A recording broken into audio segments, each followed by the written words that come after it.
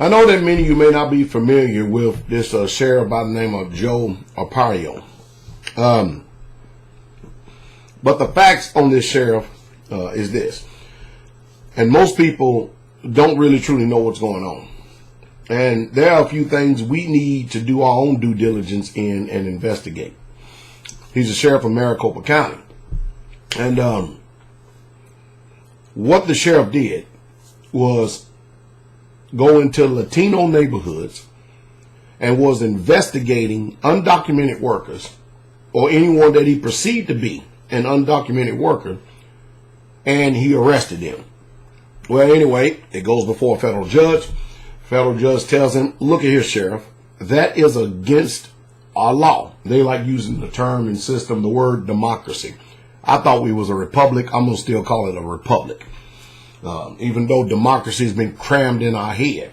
So anyway, in our constitutional republic, under the rule of law, you can't just be going in and racially profiling someone and just investigating them, asking them questions, demanding them that they show you ID, and then turn around if they don't, capture them, handcuff them, and deport them. All right? So the judge lets him go. What does he do? He goes out and does it again, defying the so-called, watch this, rule of law in this country. All right, now this is just the skinny on this, all right? Donald Trump gets wind of it because, he's big on what they call illegal immigration, which America really needs to take a good look in the mirror concerning that term. He gets wind of it, of this sheriff's defiance against this federal judge. And Donald Trump pardons him. You and we don't get that same type of favoritism. Just like we don't, look at me.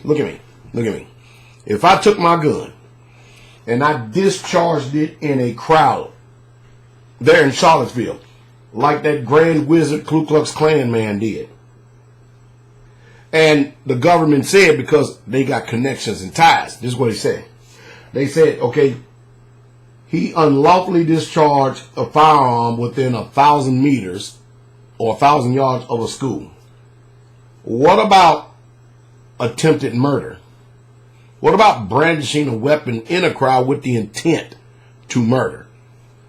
And you look in the background, the cops are just sitting there looking. He gets a slap on the wrist. What do you really truly think what would have happened if Pastor Dowell did the same thing? Just looking at me. I'm just only asking y'all to be honest about what's going on. So, do we have crony capitalism going on here? We got to look at the facts. Because how is it that this sheriff gets pardoned so fast?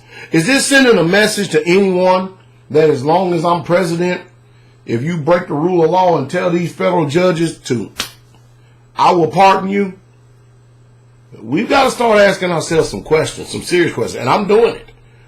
What saith you? I'll give you the last word. Type in your comment below.